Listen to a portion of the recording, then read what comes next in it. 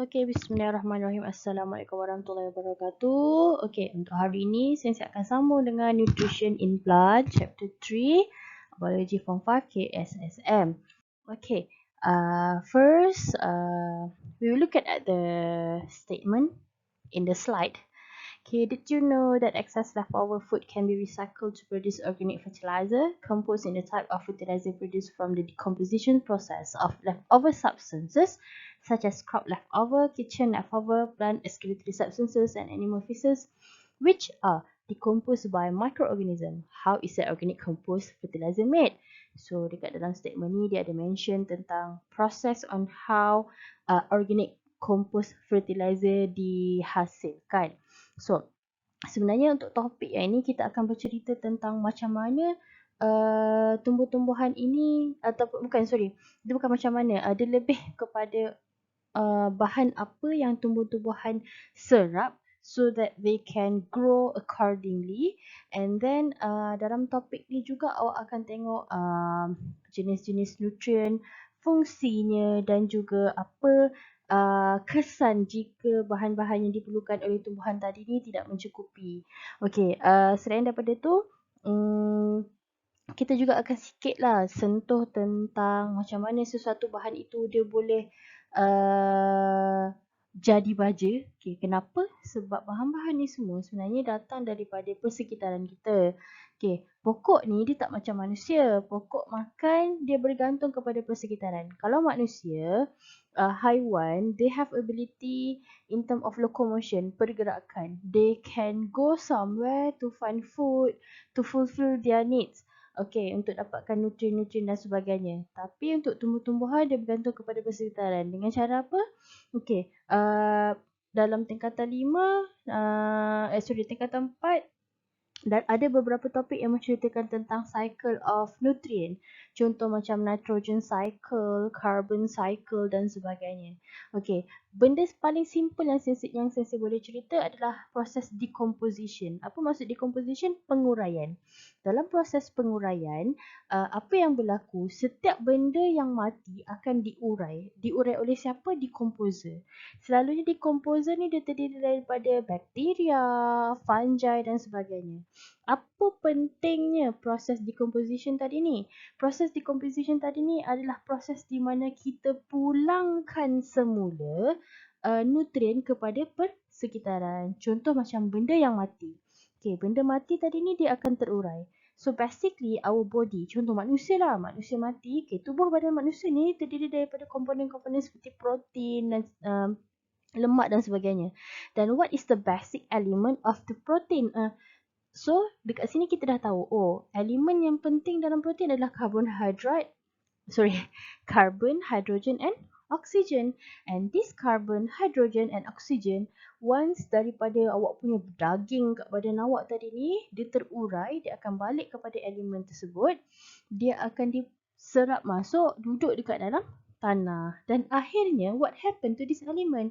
Later, plant yang ada dekat persekitaran tadi ni, dia akan mula menyerap bahan-bahan tersebut untuk apa? Untuk membina pula struktur pada tumbuh-tumbuhan. Macam itulah lebih kurang cycle dia. Apa yang jadi seterusnya? Seterusnya tumbuh-tumbuhan ni tadi akan jadi sumber makanan kepada hidupan yang lain. Dan content of the element tadi later will be used oleh organisma lain untuk bina molekul-molekul yang lebih kompleks.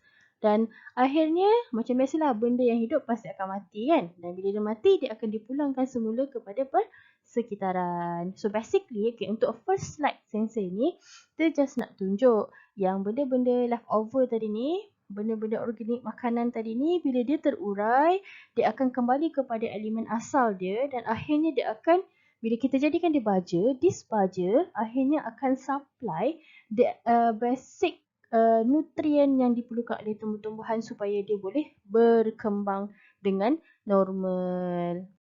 Okay, before we go further, we need to understand what is nutrient. So basically, nutrient is a substance that are needed for the plant or any living organism so that their body can work properly.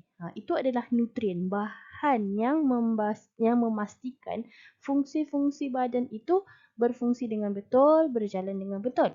So, untuk tumbuh-tumbuhan, mudah je. Kita ada dua jenis nutrien. Satu makronutrien and satu lagi mikronutrien. So, what is the difference between macronutrient and micronutrient? So, basically, macro means large amount. But micro means small, very small amount. So, sebenarnya, both of this nutrient is actually a nutrient compound needed by the plant for their growth. However, to determine dia terletak di dalam kumpulan yang mana, it's depend on the berapa banyak. Kalau banyak, then we put it under micronutrient. Kalau sedikit, then we put it under micronutrient. Okay, so we will look at the list of the macronutrient first. So, kita tahu yang living thing ni tadi kan, especially cell yang awak belajar sebelum ni, memang basic element dia confirm ada carbon, hydrogen and also oxygen. And we also know that badan kita ni banyak protein. And komponen penting dalam membentuk protein adalah nitrogen, sulfur, dan juga phosphorus. Tiga ni penting. Dia yang membina struktur protein. Dan kita tengok senarai mikronutrien pula. Kita ada chlorine, zinc, iron, copper, manganese, nickel, boron, molybdenum. Okay, I cannot help you in how to memorize this list sebab you need to memorize it. And other than that, you also need to know the function of the nutrient and also the effect of the nutrient kalau dia tidak ada atau tidak mencukupi pada tumbuhan. Okay. Now, first we will look at, before that, carbon, hydrogen and oxygen can be obtained easily from air and water in soil. Sebab apa? Ini memang basic component. Kalau ada benda mati, benda yang terurai mula-mula tu itulah yang membina tubuh badan kita. Elemen carbon, hydrogen and oxygen. So usually tumbuh-tumbuhan jarang-jaranglah ada masalah kekurangan tiga elemen ni tadi. Sebab boleh dijumpai dekat udara kita, dekat tanah kita. Okay. Sebab apa? Dekat persekitaran kita sentiasa ada water cycle and also carbon cycle. So tak ada isu. So kalau kita tengok ni, ada gambar pokok. If you look at the gambar rajah here. Okay, dekat gambar rajah pokok tadi ni, tengok ni. Apa yang berlaku? Let's say, pokok tadi akan jalankan proses photosynthesis. Dekat sini dah ada cycle of carbon. Dekat cycle of carbon dioxide. Dekat dalam carbon dioxide, dia ada molekul-molekul elemen carbon. So, contoh ada benda yang mati, haiwan yang mati, bila dia mati, dia akan decompose, terurai dan akhirnya elemen carbon, hydrogen, oxygen and even nitrogen from the protein of the dead organism tadi ni will be absorbed back into the soil. And then bila sampai dekat tanah, siapa guna? Tengok ni, akar-akar pokok ni akan serap semula. So, begitulah cycle sentiasa setiap masa. Okay, on this slide, I want to show you the list of macronutrients. This one, you boleh tengok dekat dalam buku teks. Sebenarnya memang directly straight forward from the textbook. Kalau awak tengok, tiga elemen penting ni, carbon, hydrogen and also oxygen. Dialah yang penting, nampak ni. Kepentingan dia, fungsi dia terlibat dalam carbon cycle and also oxygen cycle. And also, awak tengok apa jadi kalau tumbuh-tumbuhan ini kekurangan tiga elemen tadi ni. Tengok, proses fotosintesis langsung tak boleh berlaku. Kenapa? Kita tahu dalam proses fotosintesis, kita perlu tukarkan carbon dioxide gas, which is dalam fotosintesis sebenarnya dia terlibat dalam carbon cycle.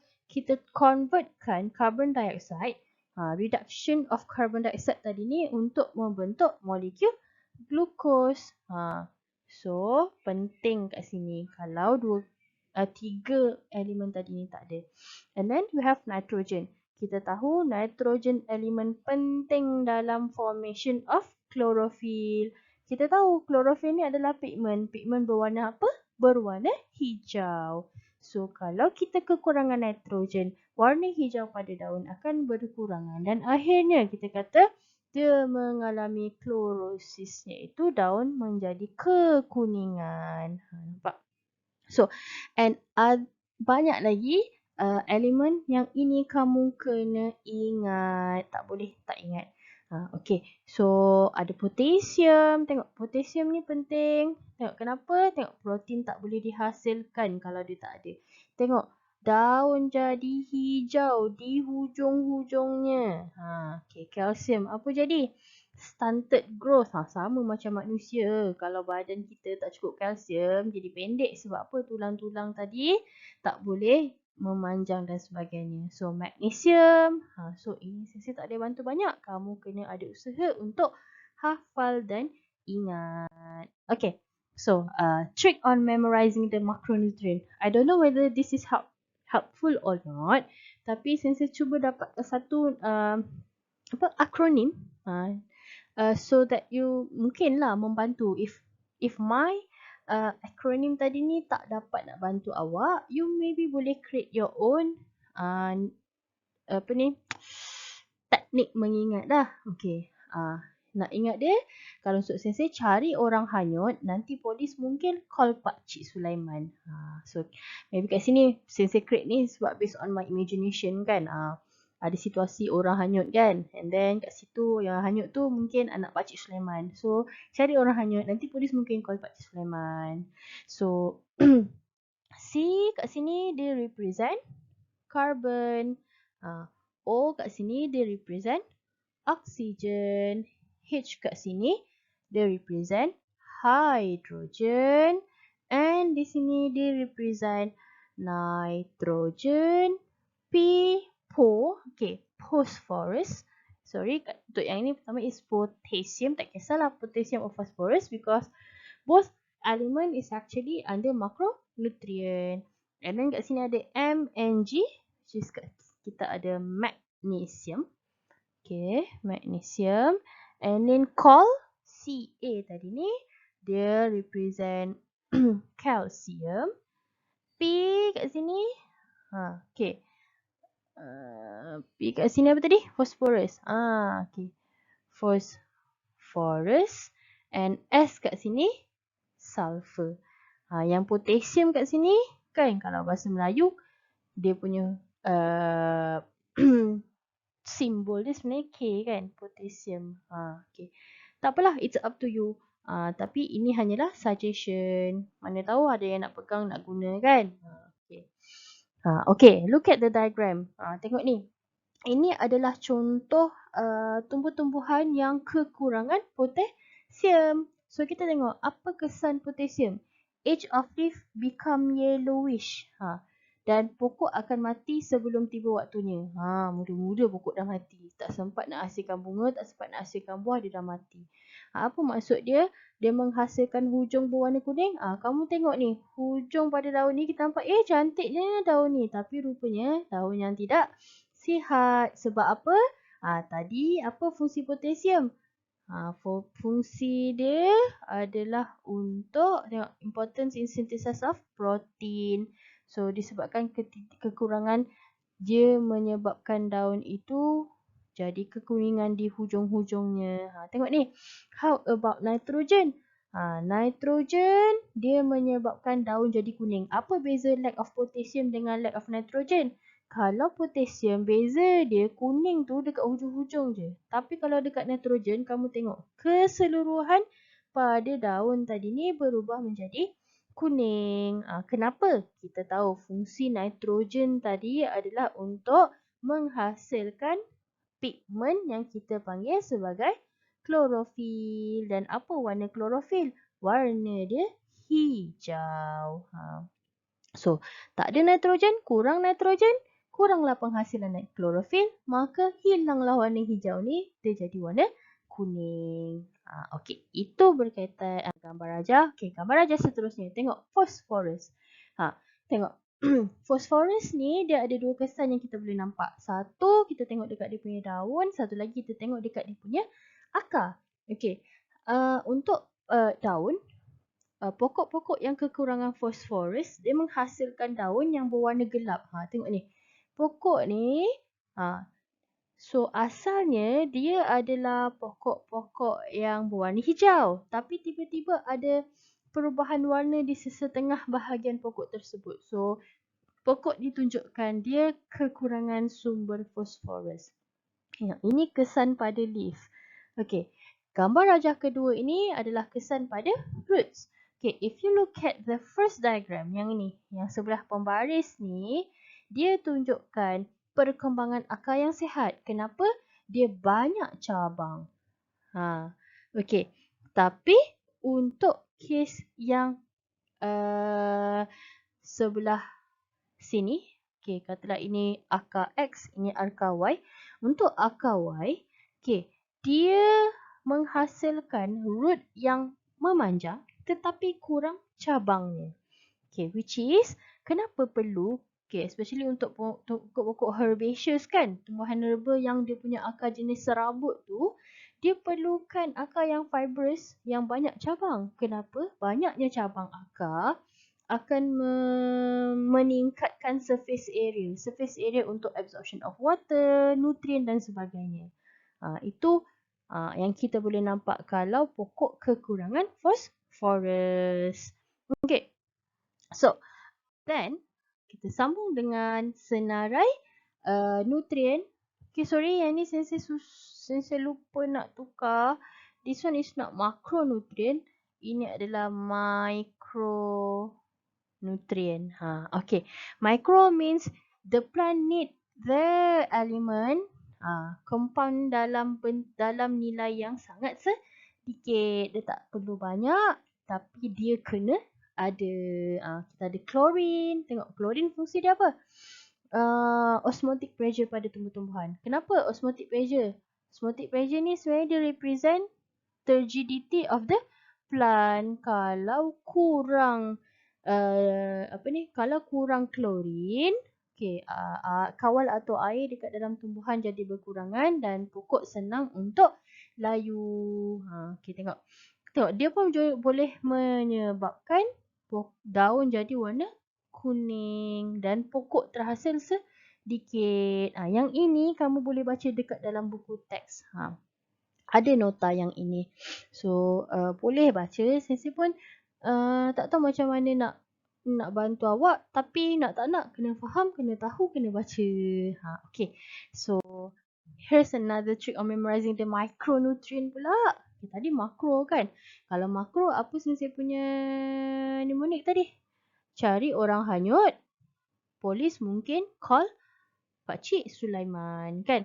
Okay, how about micronutrient punya ni? Okay. Charlie cuba pesan pada Man kalau nak borong Zinger Burger kena bawa money. Money kat sini money sebenarnya. Duit. Okay. So, apa makronutrien pertama? Cl. Cl kat sini adalah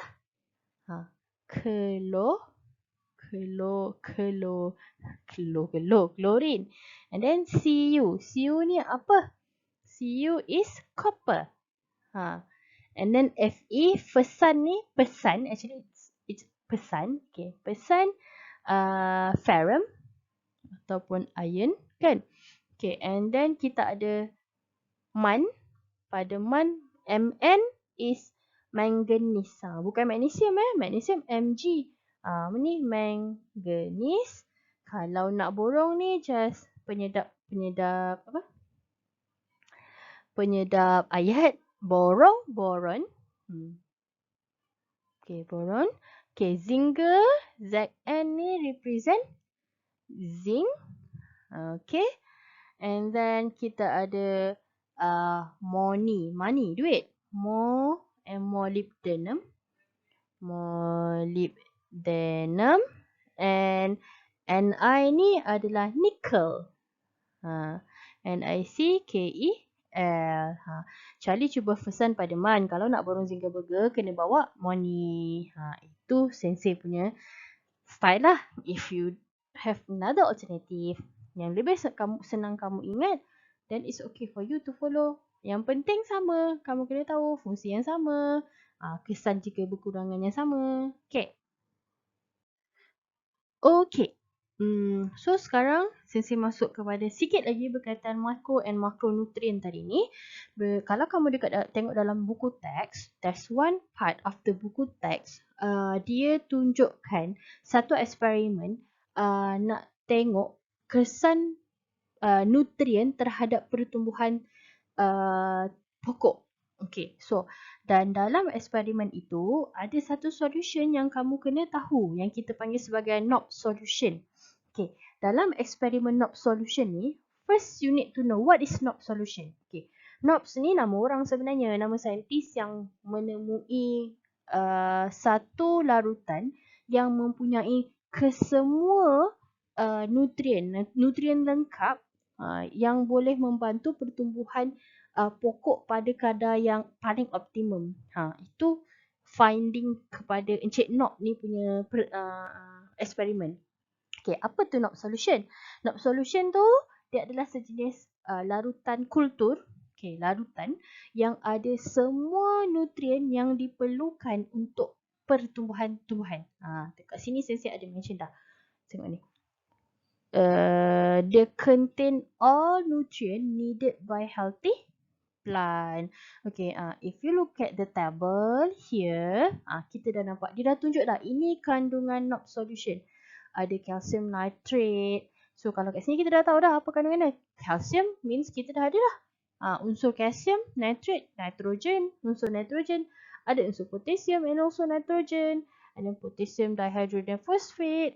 Ini kalau kita tengok, ini adalah sumber-sumber micronutrient and macronutrient yang ada dekat dalam NOP solution. Okay, apa yang dia buat dalam eksperimen tadi ni? Okay, dalam eksperimen tadi ni, apa yang Encik Nok buat, dia akan uji. Dia akan buat satu eksperimen. Okay, ni contoh setup of the experiment. Tengok betul-betul gambar rajah ni. Jangan lepas ni kamu kata, Sensei tak pernah nampak pun eksperimen ni. Ni Sensei dah tunjuk kat dalam gambar rajah ni kan. Kalau tak pernah nampak, maksudnya kamu tak pernah tengok Sensei punya video ni atau tak pernah buka buku teks tu. Okay, so tengok. Dalam eksperimen NOP ni kan, apa yang dia buat?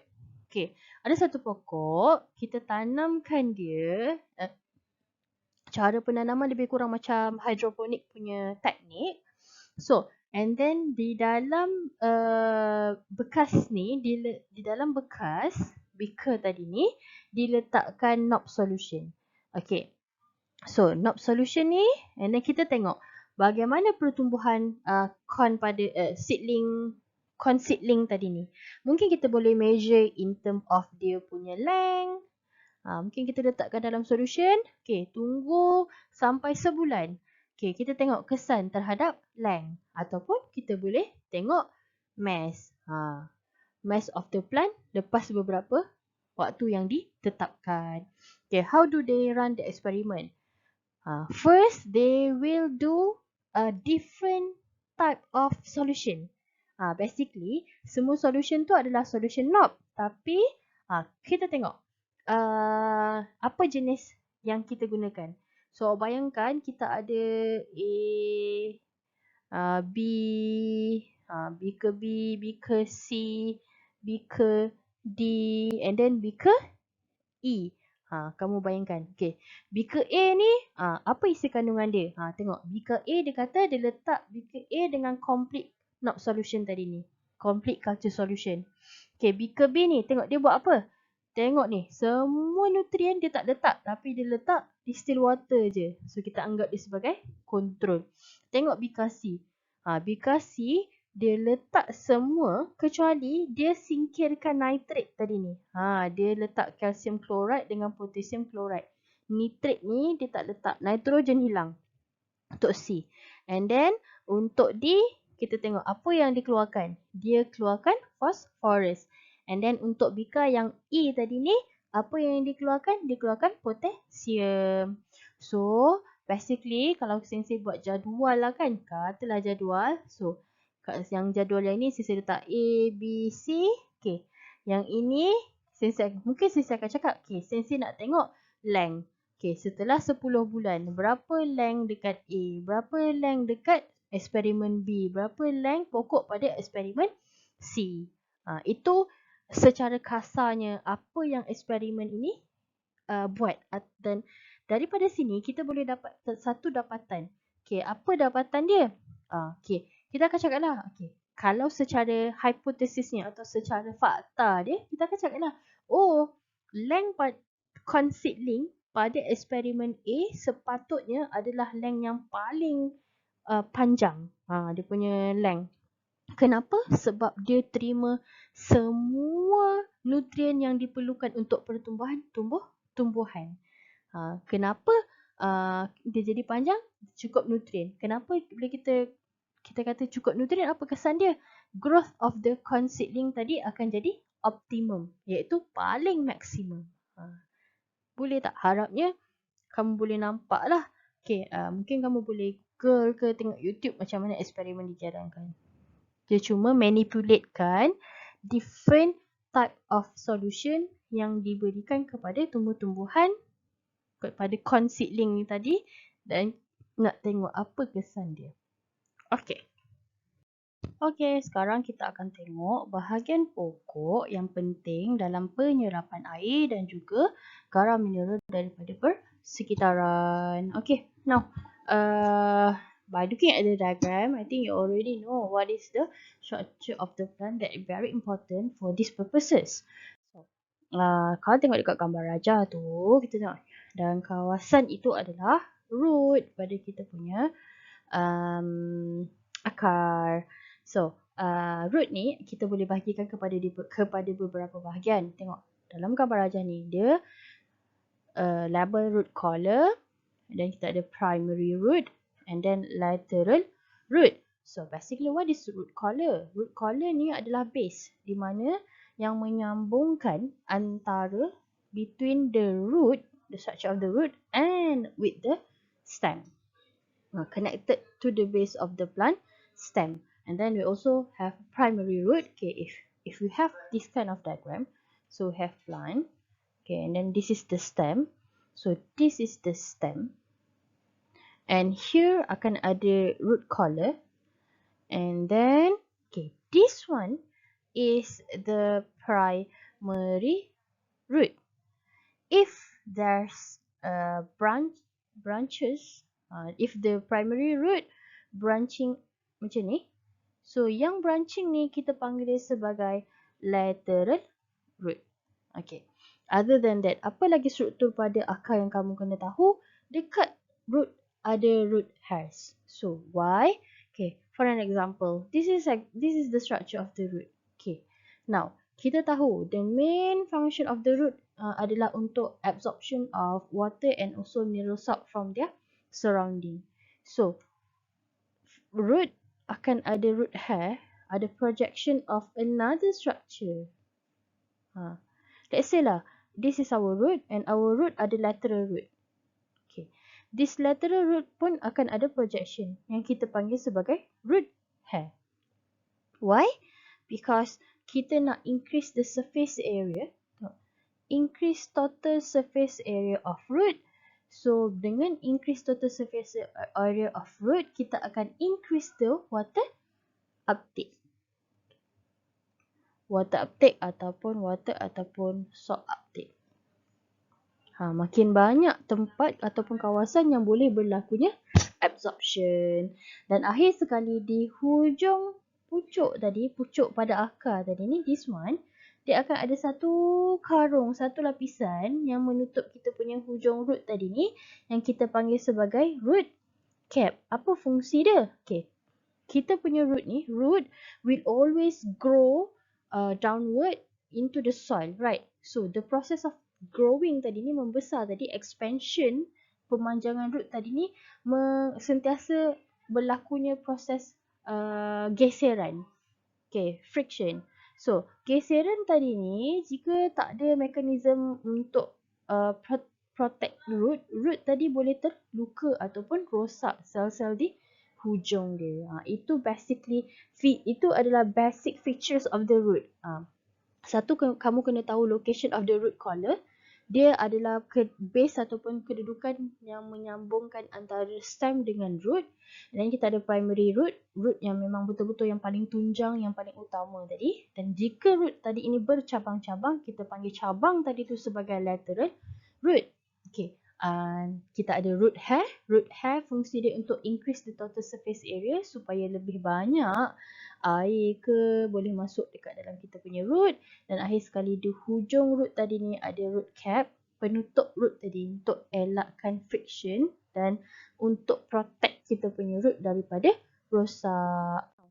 Okay, now kalau tadi kita cerita pasal physical appearance, basic features secara luaran, kalau kita nampak, okay, struktur pokok tu, itu adalah root, itulah collar dia, itulah root cap dia dan sebagainya. So sekarang kita nak tengok root tu secara fisiologi, secara dalaman pula, internal structure. So kita akan buat cross section atau longitudinal section lah.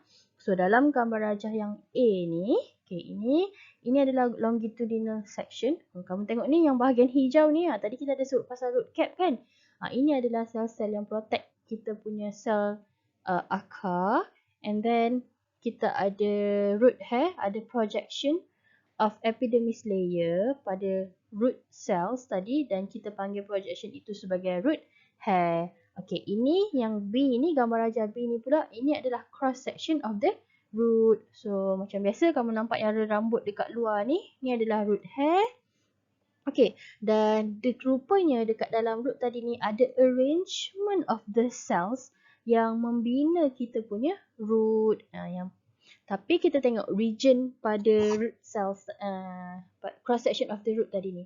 So the outer layer ni, yang ini yang kamu nampak warna kelabu tadi ni, yang keliling ni, this is the outer layer of the root and we call this layer as epidermis. Okay. So bila ada nampak projection keluar, nama dia root hair. Now, apa yang membina atau sel apa yang membina? Ada sel yang membina ruang ini. Okay. Now, ruang ini kita panggil dia sebagai cortex. Tapi siapa yang bina cortex? Dia terdiri daripada sel tumbuh-tumbuhan. Hari tu kamu belajar jenis sel tumbuhan kan? Dan salah satu daripada sel permanent tumbuh-tumbuhan kita panggil sebagai ground cell atau ground tissue. Okay, ground tissue ni ada 3 jenis, parenchyma, collenchyma dengan sclerenchyma. So cortex ni terdiri daripada sel-sel jenis ground tissue yang mana satu? Dia terdiri daripada parenchyma tissue. Itu sel-sel yang membina kita punya kawasan cortex. So, and then dekat kawasan cortex tadi ni, selepas kawasan cortex ada satu lapisan sel. Kamu tengok dekat dalam gambar rajah ni. Okay. Lapisan sel tadi ni, dia yang mengasingkan vascular bundle awak, vascular cylinder awak dengan cortex. Nampak tak? Yang ini, saya tukar colour pen. Yang colour merah ni, ini region cortex. Okay. Yang tengah-tengah ni, yang duduk tengah-tengah ni, okay, ini yang membungkus xylem dan juga phloem. Okay. Dan siapa yang membungkus xylem dan phloem yang asingkan dia dengan region cortex ni, nama dia endodermis. Okay, mana satu endodermis kat dalam gambar rajah ni? Yang ni, yang warna purple ni tadi. Ini adalah endodermis.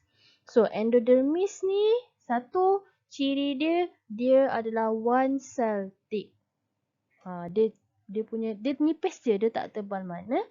Tapi ada satu bahan yang deposited ataupun accumulated dekat endodermis yang kita panggil dia sebagai lignin. Okay. So, boleh. Itu ciri endodermis. Dan sebelah dalam ni tadi, kamu akan nampak vascular cylinder. Dekat vascular cylinder macam biasalah, kamu akan jumpa phloem dan juga xylem. Okay. Okay, slide ni basically tunjukkan semula je apa yang Sensei dah mention dah tadi. Okay, tapi let's say Sensei simplifykan lukisan tadi ni. Okay, macam mana nak simplifykan lukisan? Okay, contoh tadi Sensei kata, okay, outermost layer yang ada kita punya root hair tadi ni. Okay, Okay, ini root hair. Okay, this is the outermost layer. Buruk pula lukisan tu. Okay.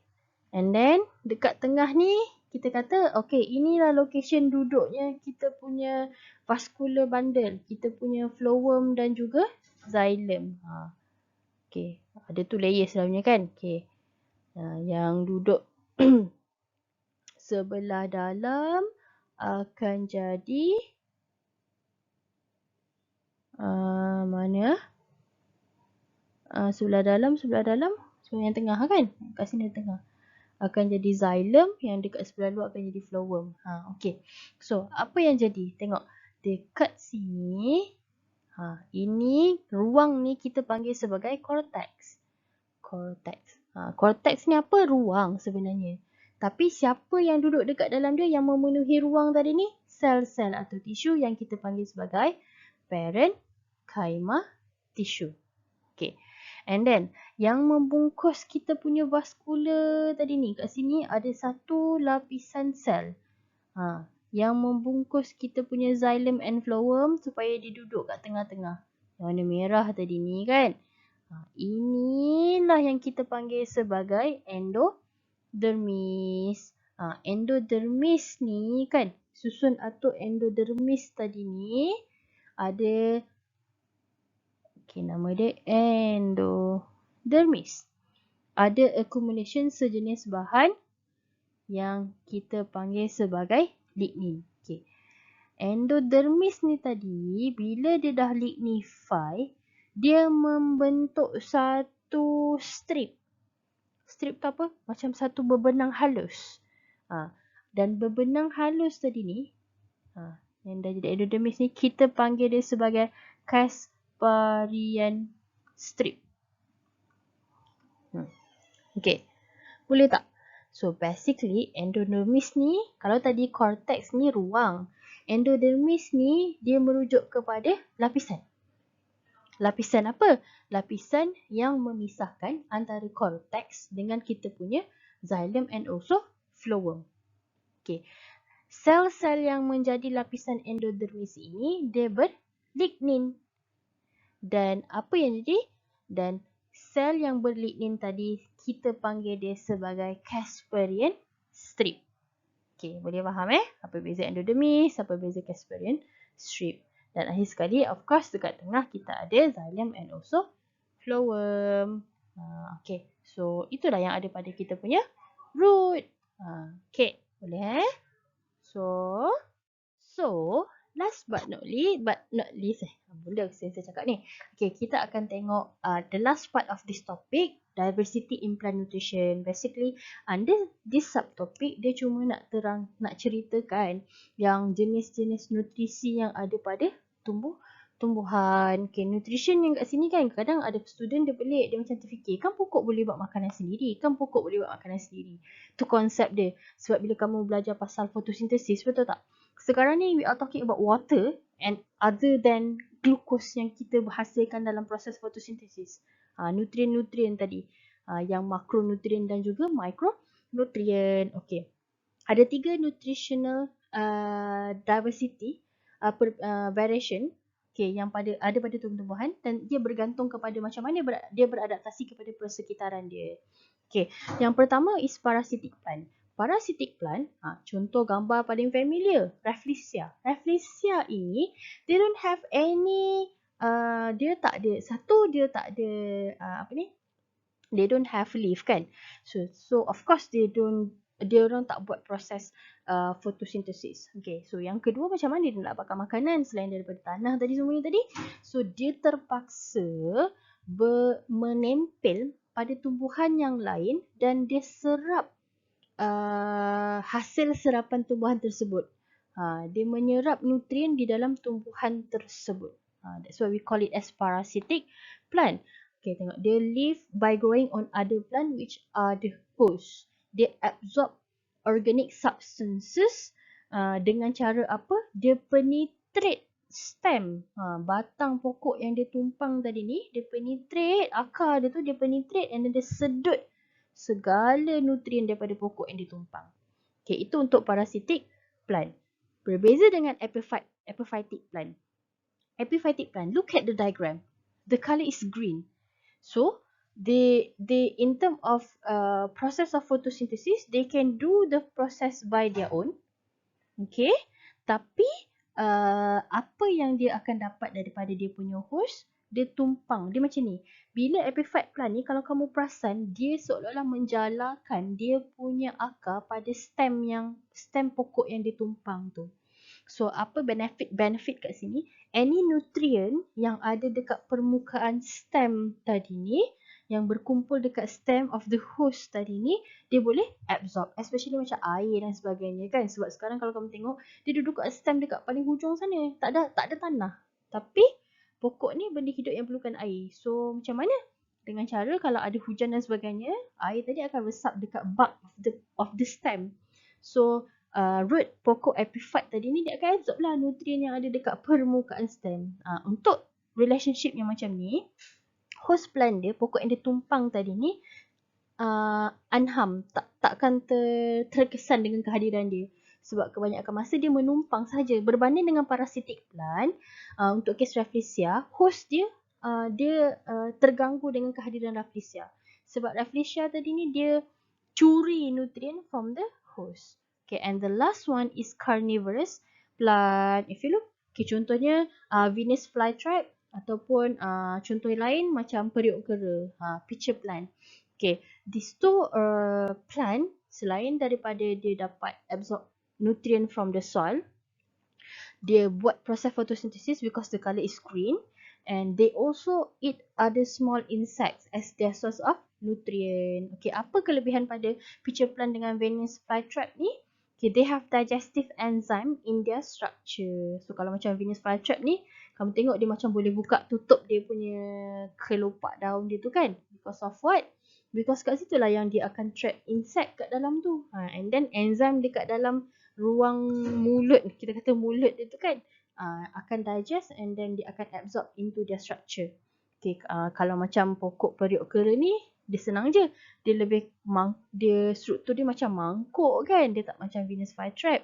Dalam kes periuk kera, dia lebih macam ke dalam macam tu, and then when insect enter, dia akan slip jatuh kat dalam. Dekat bawah tadi ni akan ada enzim yang digest the insect. So mechanism lebih kurang sama. So with that, saya rasa kita dah settle dah dengan content of chapter 3 ni. Sebenarnya tak panjang chapter ni, tapi kesusahan sedikit lah pada sensei. Mungkin kamu perlukan masa dengan waktu yang bertenang untuk menghafal, mengingat nama-nama nutrien, makro and micro nutrien. Okay, and the last part, okay, kalau awak tengok dekat dalam buku teks, there's one organism. Dia kata, tengok, bioexploration, kata ada satu tumbuhan yang duduk dekat dasar laut. Nama dia Riftia pachyptila. Tu dia. Atau nama common name dia sebagai giant tube worm. Dia sebenarnya tumbuhan, tapi because of the structure macam ulat, so nama dia macam dia bagi giant tube worm. Okay. Apa kelebihan pada pokok ni?